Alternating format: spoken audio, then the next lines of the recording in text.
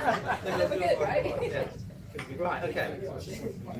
Hello, everybody, and welcome to Demos, one of the greatest think tanks in the history of time. It's really nice to have in-person events again. Thank you so much for joining us. The latecomers, if there are any, are going to be really soon having to come to the front seats. But nevertheless, so my name is Polly Mackenzie. I'm the Chief Executive of Demos for 8 more days, when I'm going to be replaced by the brilliant Polly Curtis, who is sitting at the front. So if you're interested in what Demos is doing next, do grab her after the event. There will also be some wine after the event, but you have to sit through all of it to earn the wine. So what we are here to talk about is reform of the employment services in the light of the changing in our labour market. Andrew, who is one of our brilliant researchers, started here as a research trainee, part of the way we bring new policy thinkers into the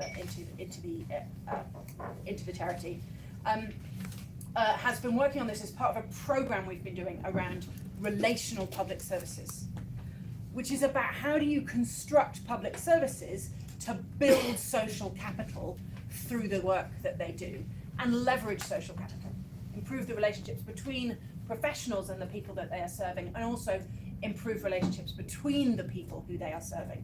And so Andrew was given that brief and has gone and come up with what I think is a fantastic analysis of how a more relational approach in employment services can actually yield much better outcomes for our citizens and for our labour market as a whole.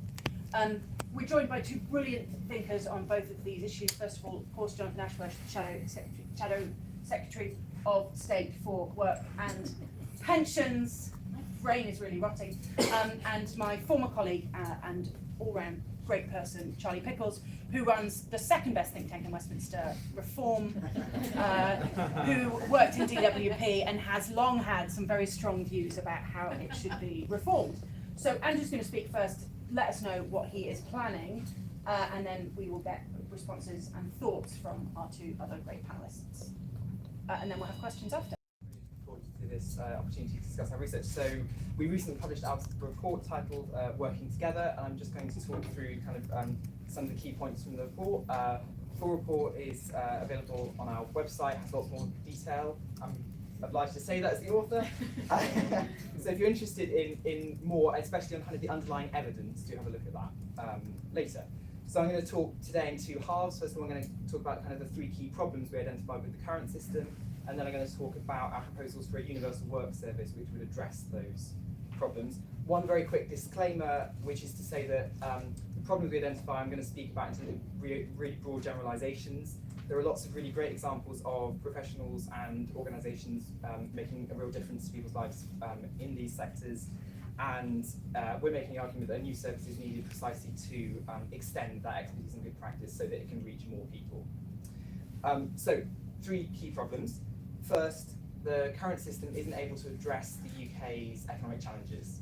So since the pandemic, we've seen this fall in labour market participation, that's particularly among older people in their 50s and 60s. That's part of the reason why we have, for the first time ever, more vacancies than unemployed people. And the problem here is that employment support through Job Centre Plus, which is our main employment support service, is quite narrowly restricted to people receiving benefits, universal credit or another benefit. So if you're not inside the benefit system, then you can't access the main source of employment support and advice. And that means lots of people are excluded from support.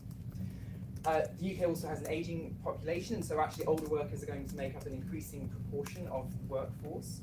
But at the moment, employment support services outcomes are actually worse for older people than for other age groups. So there's a real need to rethink how employment support services work, how they can work better with healthcare, especially to support older workers so they continue to work longer. And we also know we're going to see some fairly big changes in the UK's economy over the next couple of decades. The 2 big trends there are the shift to a low carbon economy and the rise of automation and AI. And that's going to mean some jobs are going to change, some jobs are going to disappear. Of course, new jobs will appear in the new growth sectors. But the problem here is that the system we have at the moment is primarily reactive. So essentially, we wait for people to lose their job, become unemployed, go through the process of claiming benefits, and then pretty much only then offer them support. So we need a much more proactive system which can actually help people adapt to economic change. Second key problem, the current system is fragmented and overly centralised. So for individuals, local government schemes, separate European funded programmes, housing associations, independent charities, the NHS for people with mental health conditions, for example, but there isn't enough coordination between these organisations. And then widening the lens, the picture gets even more complex if we include skills and careers services. So this includes the National Careers Service, the adult education budget, separate skills programmes, apprenticeships, the new Shared Prosperity Fund, and Multiply. I could go on, there are more. But the problem is that these services tend to be run separately, so different central government departments, different organisations, different funding structures, different kind of sets of accountabilities, different priorities. So this creates quite a confusing and complex landscape, both for individuals to navigate, but also for employers to navigate. So there's a need to reform that. And in addition, the system is also overly centralised. So although there's been some devolution in recent years, it still remains the case many of these programmes are directed from central government, and so they're not sufficiently responsive to local needs and priorities. And then the third key problem is that the current system doesn't build strong relationships, which are essential for delivering good outcomes, which, as Polly mentioned, is a real focus of Downs' work.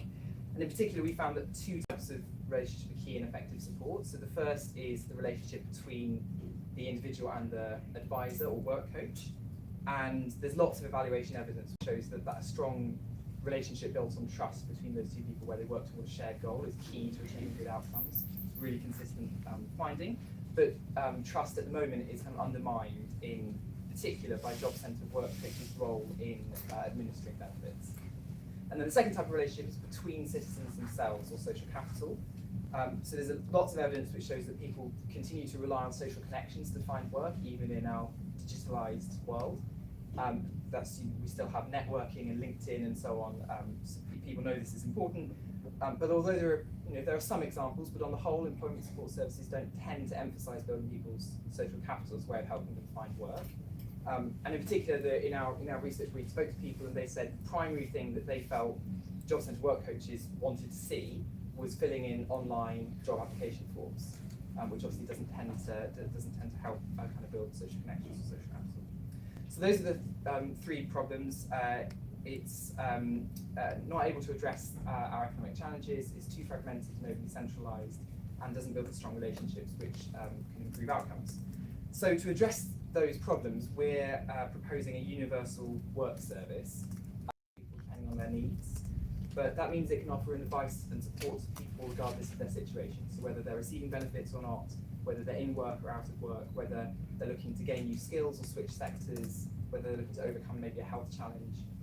And that means it can also take a kind of preventative approach by supporting people whose jobs might need to change due to some of the economic changes I mentioned earlier.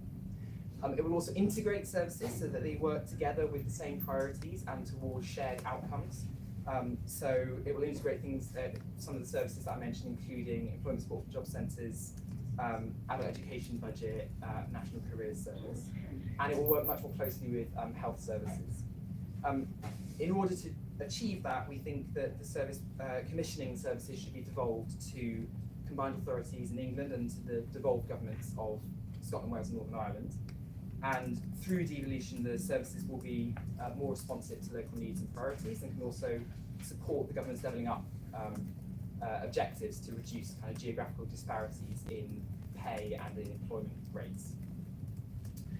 There will be kind of a national framework which will kind of set out the key outcomes for the service in areas and have some accountability mechanisms there. But we think that kind of local flexibility is really important so that the service can respond to local labour market needs. And finally, it will be designed to strengthen those two key types of relationship I mentioned. So increasing trust between citizens and work coaches by replacing job centres and making sure that they work towards kind of shared goals, and strengthening social capital through things like mentoring, networking, peer groups, and experimenting with things like social prescribing, so borrowing that idea from healthcare. So those are the key points: universal access, integrated services, commissioning devolved to local areas, and designed to strengthen those two key types of relationships to improve outcomes. So that's my short overview of the report. I'm really looking forward to discussion. Thanks. Great, thanks very much, Andrew. There are seats at the front for the brave. Fantastic. Jonathan, thank you so much for joining us. You're obviously thinking about what is going to be your reform agenda when you take the reins at DWP in, I don't know, whenever there's an emergency general election. Probably tomorrow. So, yeah, what are you thinking? Fantastic to actually be here in real life, or IRL as my staff tell me that we have to call it now. So actually this is the first event outside of Parliament that I've done, not on Zoom, since my appointment as the Shadow Work and Pension Secretary. So Demos gets the Jacob Rees-Mogg Gold Star for getting everyone back to the office. I'm really pleased to be here because I think it is a really important report. Congratulations to Demos and everybody who's been involved in putting it together. It's a report of which we have tremendous sympathy. I think when we look at the cost of living crisis, I think we all know that we are heading into a tsunami, especially with today's announcement around the expected increase in the energy cap. That there's lots of things that need to be done in the immediate term to protect people's incomes from this tsunami. But there are long-term changes that we need to implement to protect us in the future, to get our economy growing, and we all know we've got expectations of anemic growth ahead. But when you've got over 1 million vacancies in the economy, we need to increase the supply of workers as well. And you'll have seen that Conservative ministers, the Prime Minister at the weekend saying that work is the route out of poverty, and in some ways that ought to be correct. Work ought to be the best defence against the rising cost of living, but all of us in this room know, the various people here probably know much better than I do and have a greater familiarity with the data, that is not the case anymore. That age-old contract has broken down with something like 8 million people in work poverty, huge numbers of people in poverty who are in work, picking up food parcels on the way home from a shift, and so on. And we have a problem, therefore, because we have an economy that is increasingly characterised by low pay, short-term contracts, and it is not raising living standards in the way in which we wanted to raise living standards. So we do need a reform agenda. Ministers talk about this being a sort of jobs miracle, but it's not when you drill down into the data. The numbers of employment is lower than it was pre-pandemic. We've got increasing numbers leaving the labour market. Pension, they're taking advantage of George Osborne's pension freedoms, and hopefully that drawdown will survive, will let them survive with a reasonable standard of living for the rest of their life. But if you're drawing down a lot of your pension in your 50s, you've got to assume that some of them will not be able to survive that long. So we could well be, or today's cost of living crisis could well be baking in cost of living crisis for tomorrow. A huge number of those people leaving the labour market are leaving because of illness, and I think, I might be wrong on this, but I think I saw somewhere that we've got some of the highest levels of people leaving the jobs market for illness for 20 years, costing the economy billions. Indeed, I'm actually very struck that when I visit job centres and speak to work coaches, and they're obviously dealing with people who are trying to find work, that the numbers of them who raise problems with mental health, anxiety and addiction with me is a real barrier to helping people move into work. And that was something that I was very concerned about in my previous brief as the Shadow Health Secretary, and I'm particularly concerned about in this new brief. So we have a problem in the here and now, but as you've said in your presentation, we have a problem for the future, because take for example the over 50s. We've got these huge numbers leaving the labour market, although there's a huge numbers of them. I think it's something like 150,000 of them according to surveys of over 50s and in their 60s, who would return to work if they could find the appropriate flexible type of work that suits them. But there is no service that helps them navigate that and helps them move back into work. But as you say in your report, we're an ageing society. I think the Institute for Longevity has estimated that by 2030 our economy will be short of 2.6 million workers, because we're an ageing society. Because every age cohort, other than the over 60s, is shrinking. So we need to help people stay work longer. And indeed, although this analysis I think was pre-pandemic, there was a piece of analysis done from PricewaterhouseCoopers, and their data is pre-pandemic, but I still think ballpark's probably correct, who suggested if we could raise our employment rate amongst over 55s to somewhere like New Zealand, who are very good at this, or were very good at this, I don't know what they're like today because it's pre-pandemic data, I suspect they're still in good shape on this, then it would benefit our economy by tens of billions if we could do that. So I think that in itself makes the case for reform. But you also quite rightly identify the huge shifts that are coming to the economy through automation and technological change, and involvement in skills training, I think, has fallen, or involvement in skills training for literacy and numeracy has fallen over 60% since 2010. So how are we going to prepare ourselves for these technological changes? Because there will be new jobs.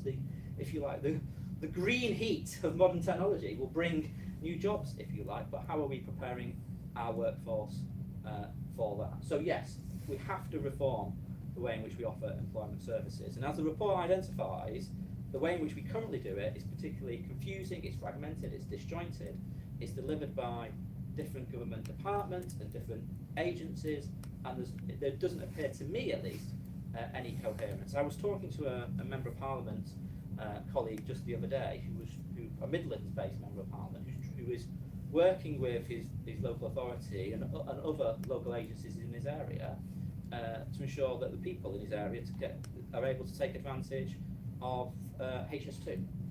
And he's putting on a number of events, and he's trying to bring a number of different key players together. Can he get DWP and Job Centre Plus to engage in that process?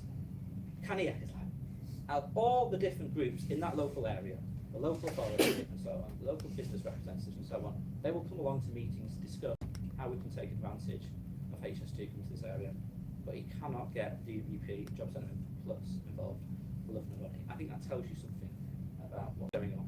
So look, we are interested in reform, and we want to move to an employment service that helps people find jobs, but when you've got so many vacancies in the jobs market, helps jobs find people as well, if you like. And I'm really pleased that my colleague from our Shadow DWP team, Alison McGovern, is our Shadow Employment Minister, who is leading our consultation exercise, if you like. They're leading a discussion with trade unions, local government leaders, businesses, hopefully people like yourself in the audience today, about what a reform programme looks like for employment support. I think it should be built on a number of principles. I think this idea of a relationship approach is really key.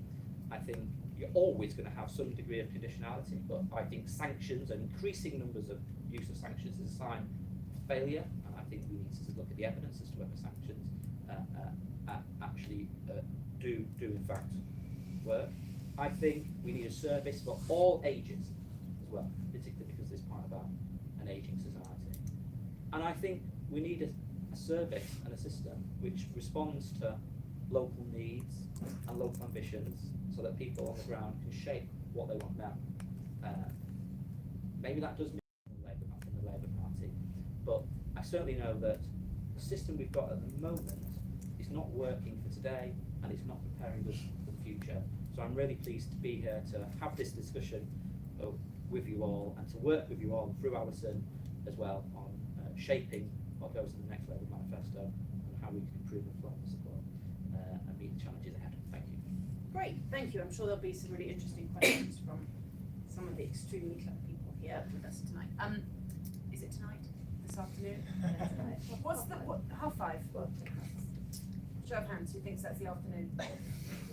Great, it's the evening. It's official, sun's opening.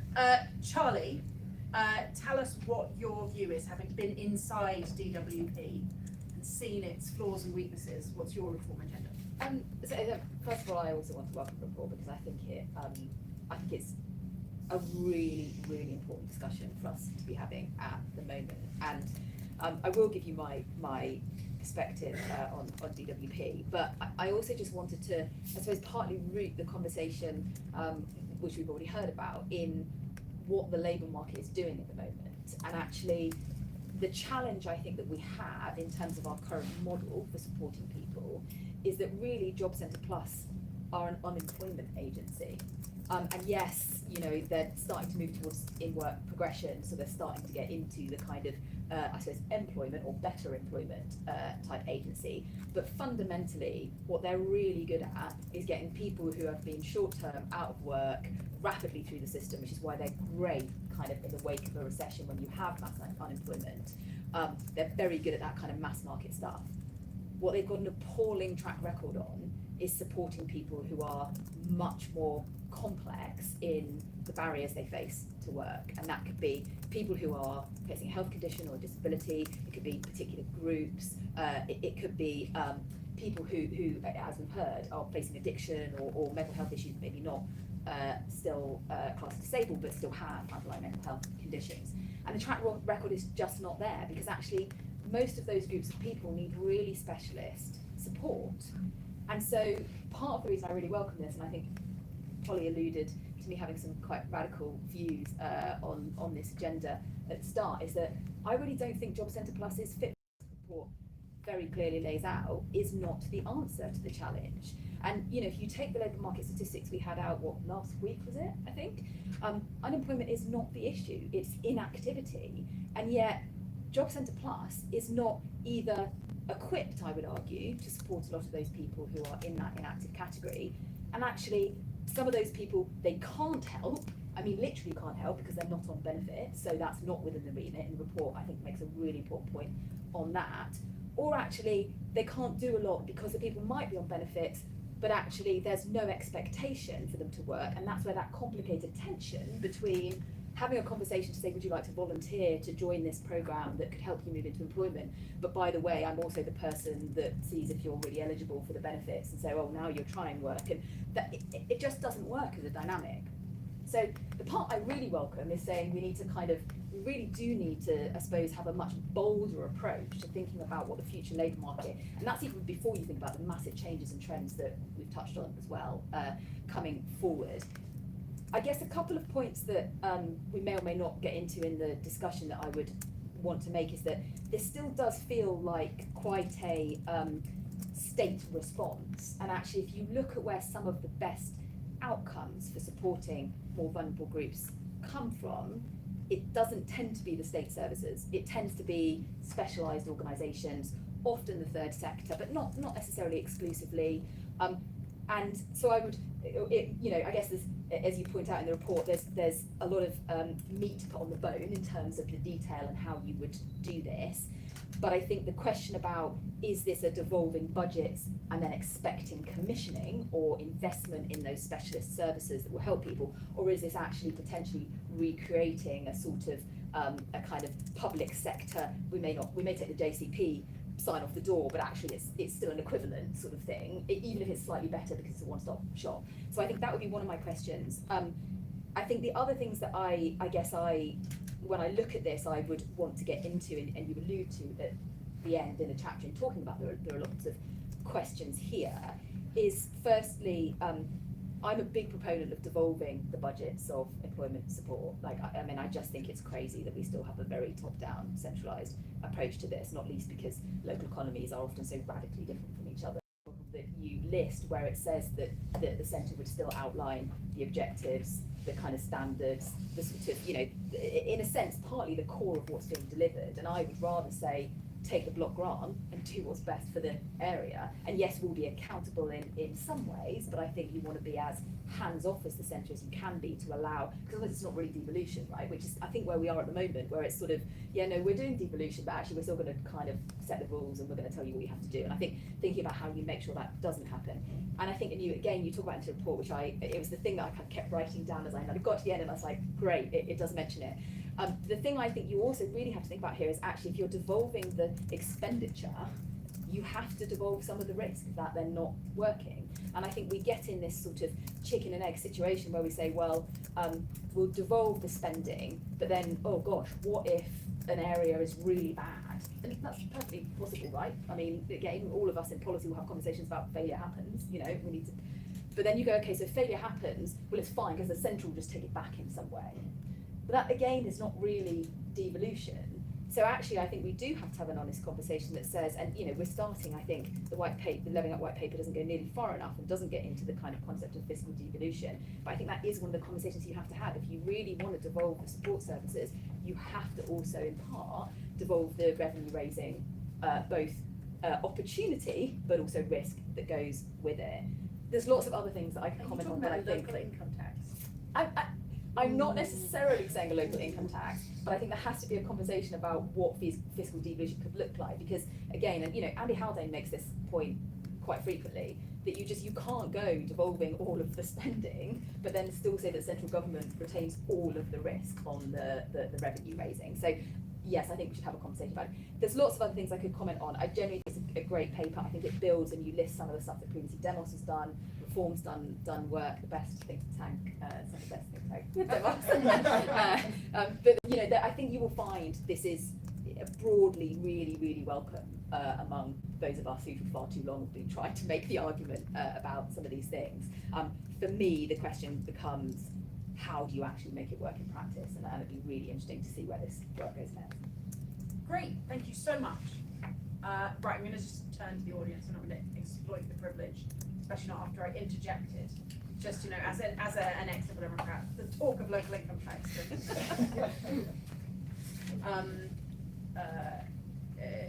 Yes. So that's okay. I think it's a bit it has to be a festival comment. But do you know what? Like, you might have interesting things to say. What I don't want you to do is talk for 7 minutes. Okay? So, does anyone have a thought or a question? Great. I'm going to take 2 at a time. So there's a lady at the back and a man at the front who needs to be rewarded for sitting at the front. Hi, yeah, Michaela from Google. Thank you so much for the comments. I was just thinking about how integrated is this problem, you would say, with other departments?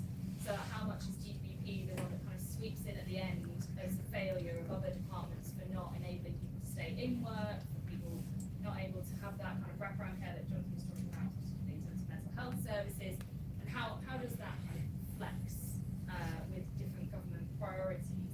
I'm particularly thinking about the digital skills element of things and the work that we do across about half a dozen government departments on digital skills. Great. And at the front. Yeah, I'll general question about what do you think about how the apprenticeship system gets people into work, and about retraining as well, and whether you have any thoughts about the apprenticeship levy, whether that needs to be reformed, and what you would like to set out to see sort of the apprenticeship system turn into in this future version of work in Britain. Great. So let's just go down the line again. Andrew, your thoughts on digital skills, the kind of sense of DWP as a sort of service of last resort, and apprenticeships? Yeah, so I think it's a really good point on the DWP kind of ending up with suboptimal kind of outcomes because of other services. I think that going back to just circling back to the devolution discussion that we were just having, I think that skills is more devolved than employment support. It's entirely devolved in Scotland, Wales, and Northern Ireland, and it's devolved. The adult education budget, for example, has been devolved to some combined authorities as well. So I think that there's a question. There's an increasing question around the right level of governance for where these services sit. But so at the moment in a particular area, you may well have devolved skills, but employment support still getting them to sit in the same governance level is the direction we should be going in. So I think that's sort of my initial thoughts on this kind of skills side. But there's loads of questions around kind of health services. Yeah, the increasing problems, kind of mental health services, lack of them, how that impacts on people's ability to work and so on. So I certainly agree with that. On apprenticeships, I think apprenticeships are really good. I think it's really important to think about the pathways for the roughly 50% of people who don't go to university, who I think is key to think about kind of routes to good work for them.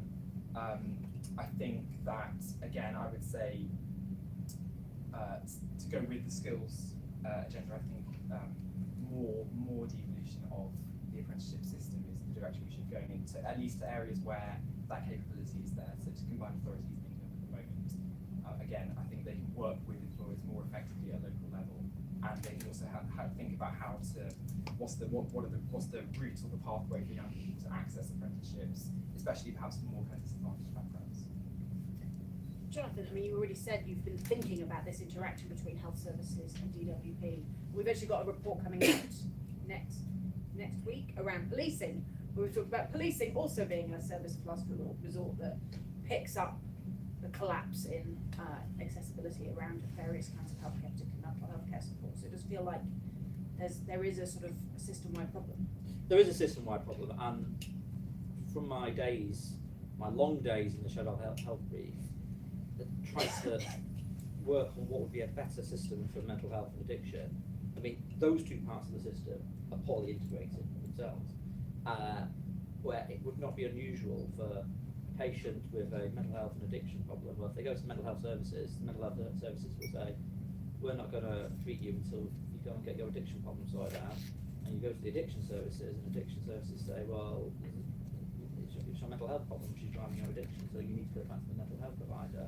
So this point around integrated services bedevils the whole, I think, of the public sector.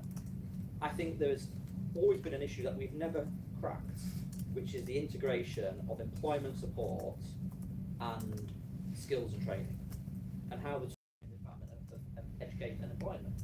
And that we had that for a few years, and it didn't quite seem to work. It didn't quite integrate them. So employment support then got put into what was then the Department of Social Security to become the Department of Work and Pensions, because the Department of Social Security had for many years been the same department as the Department of Health.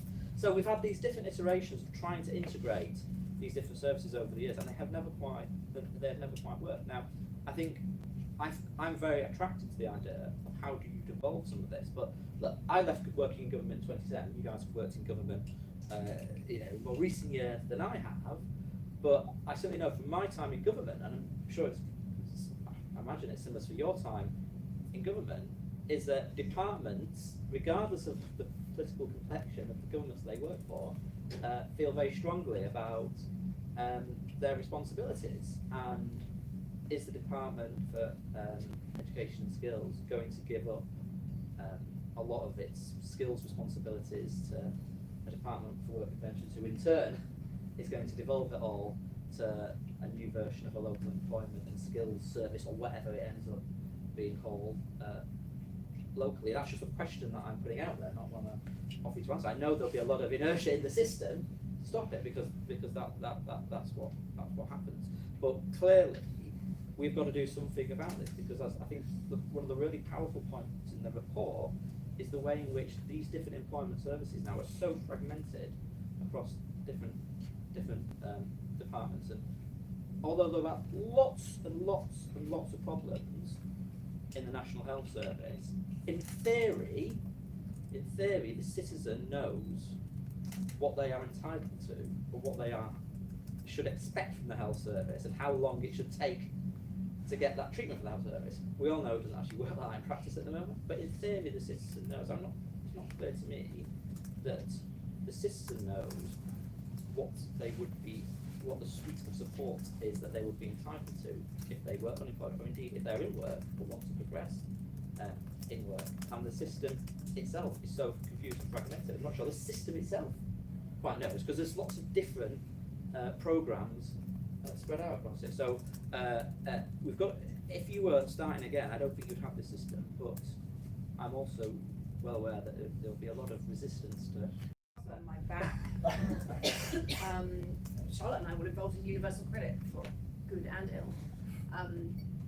Charlotte. So I think it's the sort of probably one of that and civil service reform we touched on before the panel started, are probably siloed departments, and how do you bring government together in civil service reform are probably the two perennial conversations that you end up back at in any policy discussion. And it's interesting to me because I mean you're entirely right. I don't think I would have had any different experience in government. And I can remember going to. I don't think this was just because it was coalition. It was Lib Dem Secretary of State in Bays and a Conservative Secretary of State in DWP. But I can remember going to a meeting with my Secretary of State, walking over to Bays and going in, and I can only describe it as willy waving. I mean, excuse the expression, but you know, it was about the, you know, the respective power of the departments, and that's really not. I mean, it sounds terrible. It's not a comment on them as individuals. You know, there were senior civil servants sitting in the room, and they would have had exactly the same conversation. But I think this is where the problem is, because the system is designing for the system, right? It's not designing for the individuals that it's supposed to be there to serve. And actually, if you were thinking about the needs of the individuals, then this hoarding of power would not be the answer. And I think it does, you know, I think it will take political courage, and I very much hope that, you know, the Labour Party will come out with bold ideas for devolution, because, you know, we've tried doing this, we've tried tweaking our central government top-down approach over decades now, and it's not delivering different outcomes. I think on the kind of specific question of DWP picking up the pieces, I think that is right. I think you also do have to chunk up things. You can't just have a sort of, you know, a department for solving everything. So you know, there's a slight kind of, I suppose, inherent or unavoidable challenge in that. I think the one area where I do think it is particularly problematic is with health. And I think, you know, both Jonathan, what you said and what we've touched on previously in the conversation is right. And I think one of the things I would note from the paper, which does talk about, particularly for people with health conditions or a disability, kind of going via the NHS for their services. Well, a lot of these people aren't getting the services from NHS at the moment. You know, if actually you could go and get mental health support in a timely manner at the moment, well, maybe actually you wouldn't end up then finding that you're, you know, on you know, money ESA, and where most people still are, obviously we haven't had the migration yet, or UC. If you'd have those timely interventions, you know, should we just solve it by the NHS being able to pick it up? It's just, I mean, we can have that conversation until the cows come home. Actually, what we need to start thinking about is, what are the specialist services? Can we think about personal budgets that people can go and access, you know, kind of support for mental health or musculoskeletal or whatever? Because actually, if we just rely on the NHS having the capacity to be able to support these people, actually we're going to be waiting an awful lot longer. So actually, I think the DWP currently, as that's where it sits, needs to be much more creative about thinking about how to support people with health conditions and disabilities, rather than defaulting to saying, well, that's the NHS's problem, because the NHS can't solve it right now. You know, we've got millions of people on waiting lists. It just can't do it. So we have to be creative, because the people who are losing out right now are the people who are stuck on benefits, wanting to be in work, and can't get the support they need. So yes, I think, you know, DWP is picking up pieces, but I'm just not sure you're going to solve that. So find a creative way of enabling support. And if I may, I mean, we've talked about the trends. The third big trend, actually, which is slightly embarrassing that I didn't offer this as a reflection given my previous experience, is that, you know, you've got 6.5 million people on a waiting list. Some of those people will become seriously ill, will end up, you know, permanently disabled, which is also going to impact on the supply of some of the workforce. But the problem is, of course, is that we don't have enough supply of healthcare. You know, this isn't a sort of, you know, the public sector is overwhelmed, so go and buy some extra healthcare from the private sector. Often the people who work in the private sector are the people in the public sector as well. So I'm not sure what the answer is to that, but it's just another problem for think tanks like Denver's to resolve for us. Great. I'm glad you picked up that one. Yeah, you could do something easy. More questions. Tom, you had one. And no? Yes? Yeah, I do, but I do want to stay too, so I was going to wait to pick someone else. Okay, well then the guy in the glasses in front of Tom and Tom. So yeah, thanks for the support. I'm from Pollard. I think I'm still technically an associate of Denmark. It's just because we've never updated. We got very well. Thanks, I enjoy that updating. But yeah, I'm an independent researcher around this stuff. I used to work at DWP for a while as well, and also work part-time in the NHS in mental health services. I was going to say that I'd be interested to hear people's reflections on the interaction between the system and benefits, because it's tough to manage that issue around lack of trust and people playing this dual role of kind of policing the benefits system and delivering employment support.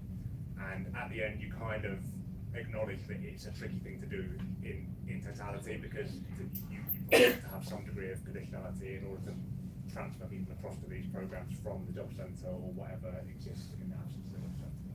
So I'm interested in kind of how you grapple with that question and whether you thought of any other ways that you could more conclusively separate out the benefit system and employment support to really try and get over that hurdle of people feeling like, well, this is ultimately about my financial support, but also about the question of adequacy of benefits and support and how that plays into this. Because for a lot of people, I think part of the reason they struggle to make the kind of changes they need to make to overcome quite significant barriers to work is a question around security and a question around whether they're having to battle day to day to make ends meet.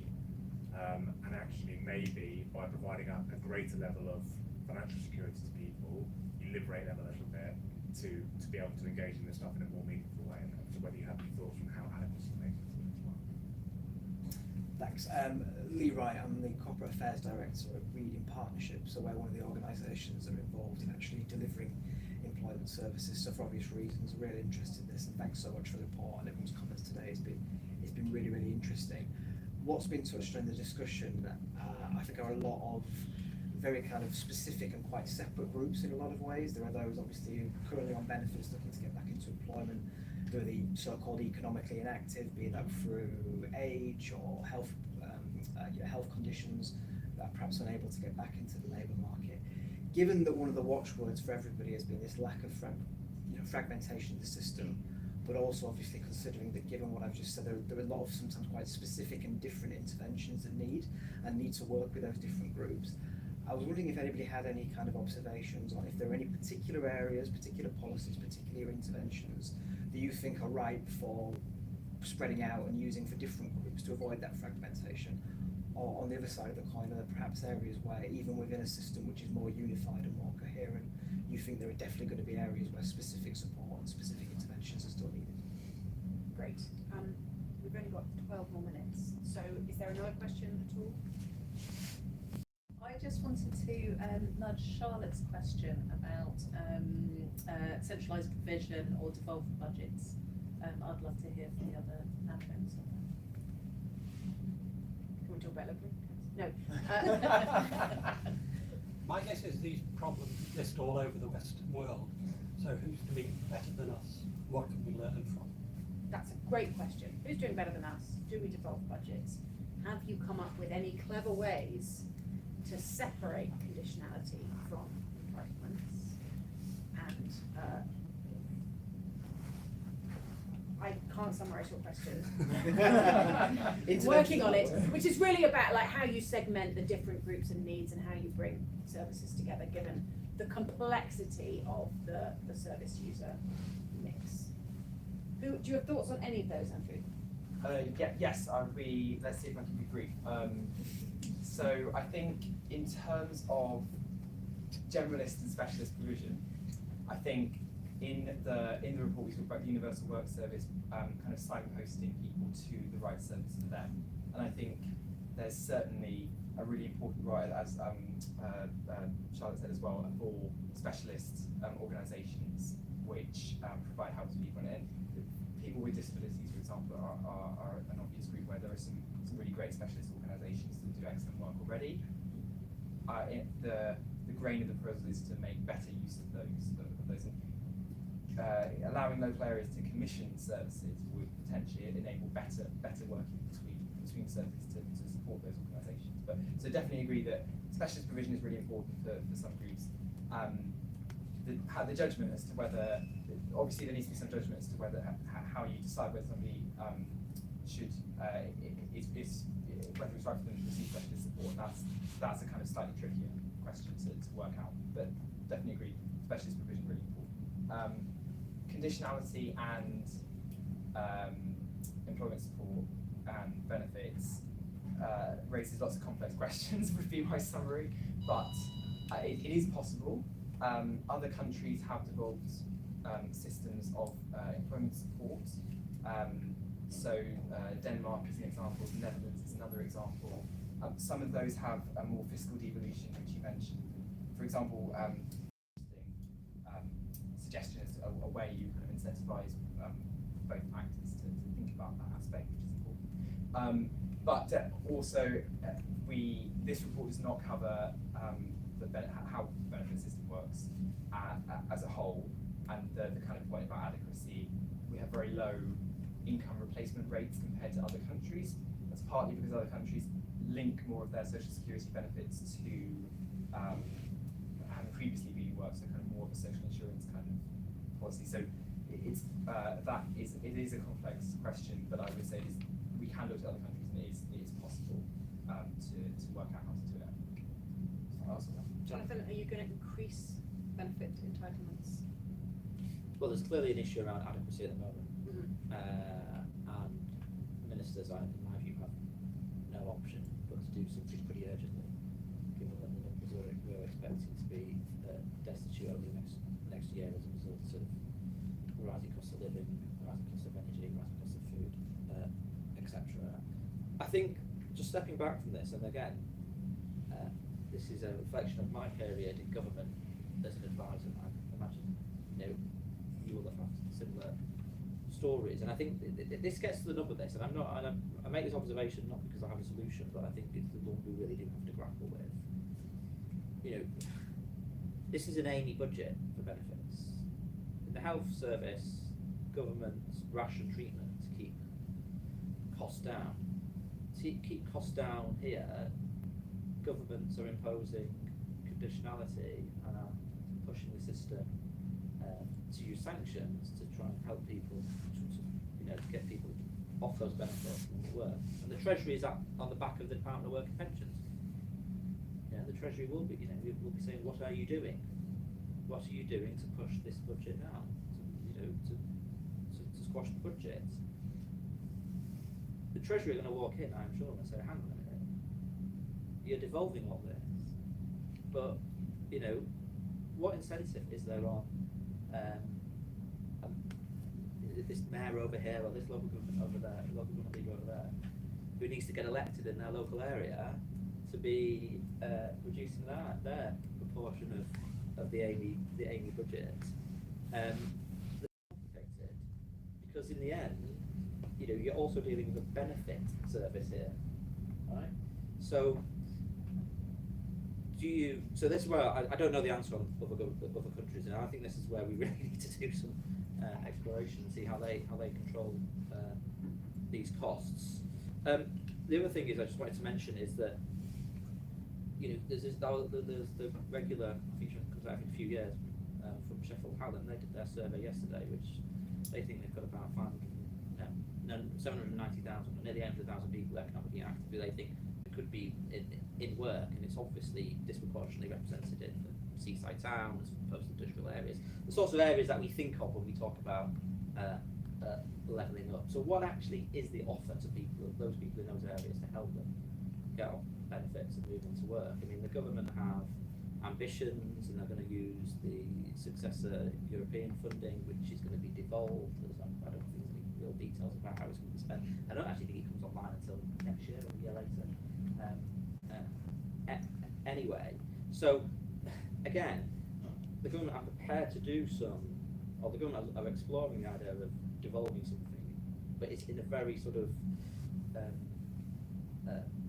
controlled way, or it's in a way in which it's not very clear how it's actually going to work in practice. Perhaps that's the best way of describing it.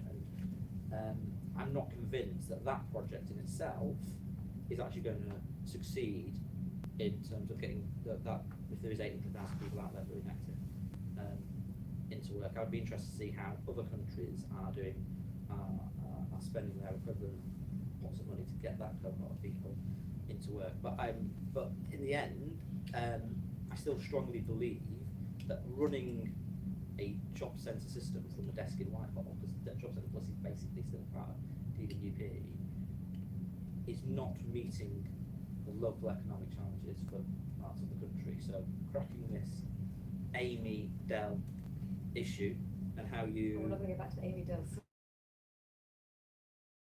Well, that was also many an hour of our life. Well, indeed. I mean, but exactly. I mean, these are discussions and debates which have been had at think tanks and in the corridors of Whitehall for many years, frankly. But if you want to get a system which genuinely supports local economies and gets those people into work, we need to resolve it. In the interests of annually managed expenditure, just in case anyone didn't know, acronyms are bad. Not good. Anyway, But and yeah, it's an expert audience, so well, we don't know that. We don't know who's here, and I didn't know those words, so I went into governance this year. Why would you? You know, because I wasn't a weirdo. Anyway, moving back. So I am afraid I have so little sympathy for the Treasury who what? But you haven't got any incentives to get people back to work. When they're the reason, because they refuse to devolve the budgets and they refuse to devolve the tax powers, they're the reason there aren't any incentives. But anyway, Charlie, how would you resolve these dilemmas? Any of the dilemmas, and are there countries? So that Tom we should knows my all answer to visit? this because he has read the papers that I and other reform people wrote back in 2016. So how do you solve the issue between what we currently have, which is you have to prove you're too ill or don't have capability in the terms to work, so therefore you have to go through a long-winded, pretty unpleasant process to get to the point of getting the financial thing that you desperately rely on, right, to pay your bills. Obviously, then the rational human behaviour is to say, why on earth would I now engage with an employment service to demonstrate that I actually do in fact have capability to work? I mean, the whole system, talk about a perverse incentive built within that. Now, there is definitely not enough time in the kind of 1 minute that I have to kind of exactly argue exactly illustrate kind of what we argue. But effectively we said, and actually the OECD have come out saying this, because if you want to talk about internationally, no one really has cracked the inactivity point, or specifically the how do you get people with health conditions or disabilities back into work. No one really has done. And the OECD came out saying you really need to take away the kind of the sort of financial difference. So what we came out saying is you need a single level of income replacement benefit, but then you need to be more generous in the amount that you're given extra costs benefits. I'm conscious also that's quite technical terms, but effectively your income replacement is your bit which you can get because you don't have other income, so that's your means tested bit, whereas your extra costs in our money in the UK is personal independence payment, you can get regardless of what your own financial situation is, and also you can get in and out of work. So there's no disincentive built into PIP for proving you have capability, and therefore potentially not being able to go back onto your higher level is by removing that disincentive. Now, there's a whole report on this which is very long, and as I say, I'm not going to go into because it obviously clearly is quite controversial as well. But Tom, as you know, that's my answer to your question there, because I don't think you can do it any other way, and I think the model in here doesn't remove it, because you still have detention. You've still got to have people saying, are these people doing the things you asked to do? If they're not, how does that fit in with a, and that's the system we have. We have a, part of the legitimacy of the benefit system is actually we do think about not just the claimants, but the taxpayers, the people who are there funding the system, and therefore eligibility is there for a reason, and that is what creates a degree of legitimacy and our willingness to fund a system. So that's part of the argument that goes with it. I think just as a final comment on the how do you get these incentives, or rather the mechanisms right. I mean, your point about the sharing some of the savings, that's exactly what America did, right, with the Clinton reforms back in 96 or whatever. They did block grants down to states, and they said if you manage to save money because you get more people into work, then you can save some of those monies, right, and we'll redraw the grants as we go year on year, right? This is not a new thing. This is, people have been talking about this, which is I think part of the frustration of those of us have been sort of, I mean, I say I definitely wasn't working on it during the Clinton era, just to be clear. But there are lots of answers here. But actually, what we're lacking is political courage to do some of this stuff. And so I'm generally not turning around and looking you dark in the eye when I say that, because it's great to hear, the ambition to do greater devolution, because I think this is really one of the areas where you could move the needle, and we haven't managed to do that. So there are lots of examples internationally of doing this in a more creative way on the funding side of it, but not really on achieving something in terms of disabled people's employment outcomes. Fortunately, the rain has just started up, which means that you will all want to stay and continue the discussion over a glass of wine. It just falls to me at the end of our time to thank Andrew, to thank Jonathan, and to thank Charlie for their excellent thoughts. I think, you know, this is something that we will continue to be working on. If there's a you know, reference in Andrew's report, this just draws on a whole range of work by us and by others. I think there is a growing consensus about the, not every last detail, but the sort of ballpark of what reform should look like in this space. And when we have a government that's interested in reform, whichever colour that happens to come with, then it will be really exciting to see something like this implemented. So